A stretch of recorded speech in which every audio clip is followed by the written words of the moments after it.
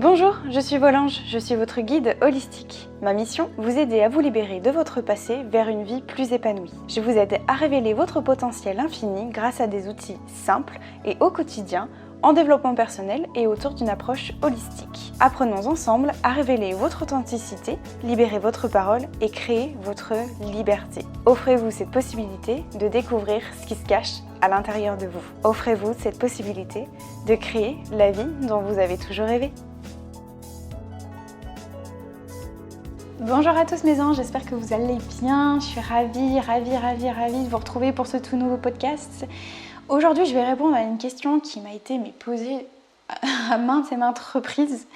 Mais Marion, comment t'as fait pour passer de l'agression à la reconstruction, qui est en fait le titre de ce podcast-là. C'est vrai que c'est une question qui revient souvent quand je fais des interviews, ou que vous me posez message privé Instagram, voilà. C'est quelque chose que vous me posez très souvent. Comment t'as fait pour passer de l'agression à la reconstruction ? Quels a été les déclics pour toi ? Qu'est-ce que t'as fait enfin pour passer de l'agression à la reconstruction ? Que c'est vrai, pour rappel, en décembre 2018, j'ai fait une dépression qui a duré presque un an. En 2019, donc à peu près août-septembre, j'ai créé mon compte Instagram, ma chaîne de podcast. J'ai créé ensuite en 2020 ma chaîne YouTube. J'ai créé un blog et j'ai plein de projets. Enfin bon voilà. Donc du coup, c'est vrai que la question revient hyper souvent. Mais comment t'as fait pour faire tout ça en 2 ans finalement ? Alors je pense que le podcast pourrait durer des heures entières pour vous parler de comment j'ai fait pour passer de l'agression à la reconstruction. J'ai envie de vous partager les 3 choses qui m'ont vraiment aidée dans ma reconstruction. Sinon, ça pourrait être trop long, je pense. Ce ne serait pas du tout utile pour vous. Donc, je vais vraiment vous partager les 3 choses qui m'ont aidée à passer de l'agression à la reconstruction. Donc, on y va. La première chose vraiment qui, moi, m'a aidée à passer de l'agression à la reconstruction, c'est de prendre la parole. Ça, je pense que c'est the truc. La chose qui m'a vraiment aidée à passer de l'agression à la reconstruction, c'est d'avoir pris la parole. Alors, je vous rassure, ça ne s'est pas fait du jour au lendemain, hein, on est bien d'accord, ça a pris plusieurs années.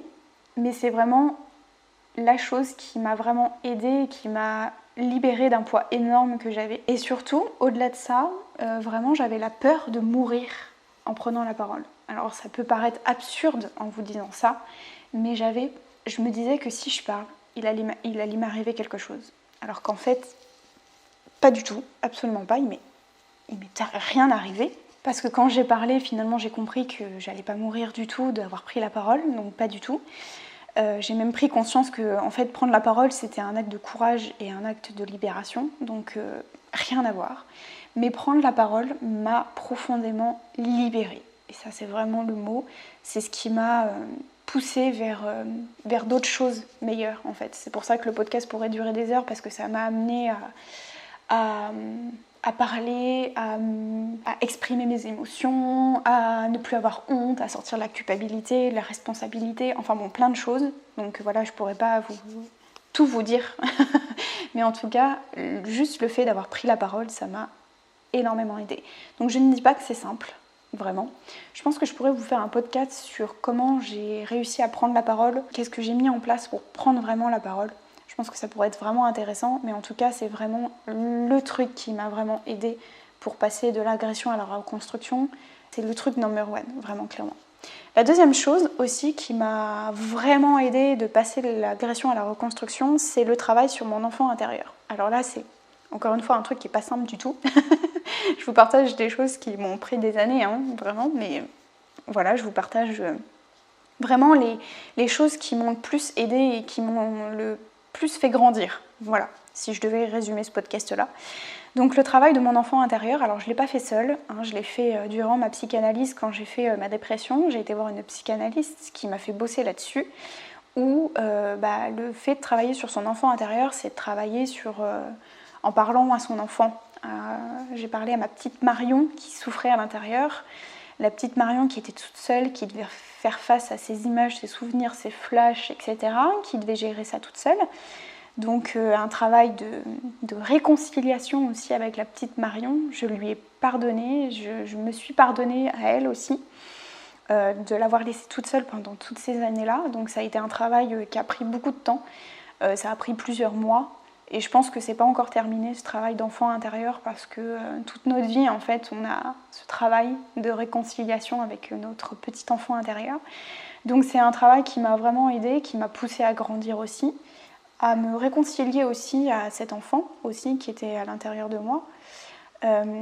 Donc ça c'est pas simple, je vous conseille de ne pas le faire seul non plus ce travail-là. Je pense que c'est important de se faire accompagner parce que ça remet beaucoup de croyances en cause et c'est difficile à faire seul, je pense. Après, voilà, vous faites comme vous voulez, mais en tout cas, je pense que c'est un travail qui est difficile à faire seul, mais qui est hyper libérateur parce que ça travaille sur le pardon, sur la réconciliation, sur notamment, je parle en tant que victime, de cette position de victime, de pardonner à cet enfant qui s'est retrouvé seul, qui a fait avec les moyens qu'elle avait, avec les outils qu'elle avait, etc. Donc voilà, ça m'a beaucoup aidée, ça m'a fait beaucoup grandir, clairement, et je pense que le travail est loin d'être terminé. Il y a des choses aussi que j'ai pas encore vues et que je pense qui feront partie de ma reconstruction, puisqu'on est en perpétuelle reconstruction et en perpétuel développement personnel, donc voilà. En tout cas, c'est un travail qui m'a vraiment aidée de passer de l'agression à la reconstruction. Et le troisième truc, la troisième chose en fait qui m'a vraiment aidée, j'ai beaucoup réfléchi, il y a plein de choses, mais j'ai vraiment pris les 3 trucs qui m'ont vraiment aidée dans ma reconstruction. Et le fait de passer de l'agression à la reconstruction, ça peut vous paraître anodin, mais en fait c'est d'avoir créé mon compte Instagram. Et je pense que toutes les personnes qui me suivent depuis le début ont vu mon évolution sur les réseaux sociaux, sur mon podcast, sur ma chaîne YouTube. Ça m'a vraiment aidée. Pourquoi ? Parce qu'au début, je le faisais vraiment que pour moi. Et ça, j'insiste vraiment là-dessus et je le répéterai.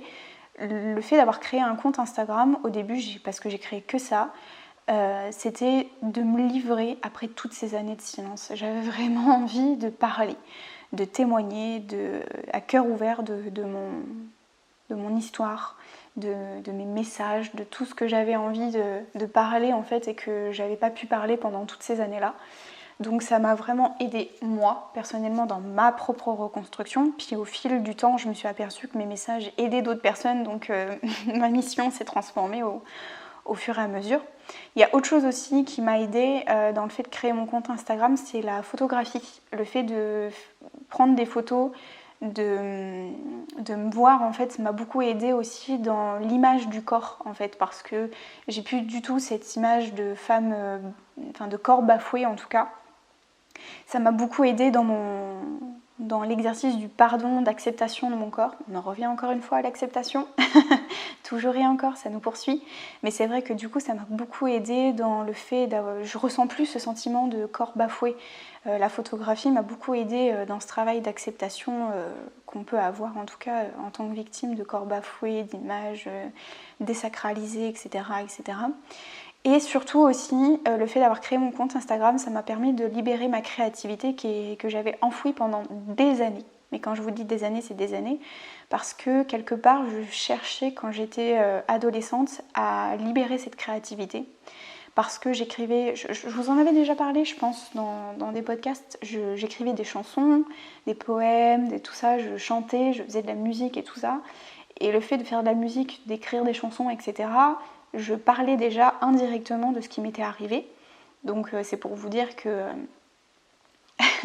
ça me poursuit depuis plusieurs années, la créativité, et que la créativité, elle peut se prendre sous différentes formes, la danse, le chant, l'art plastique, je sais pas moi, le dessin, enfin bon, peu importe.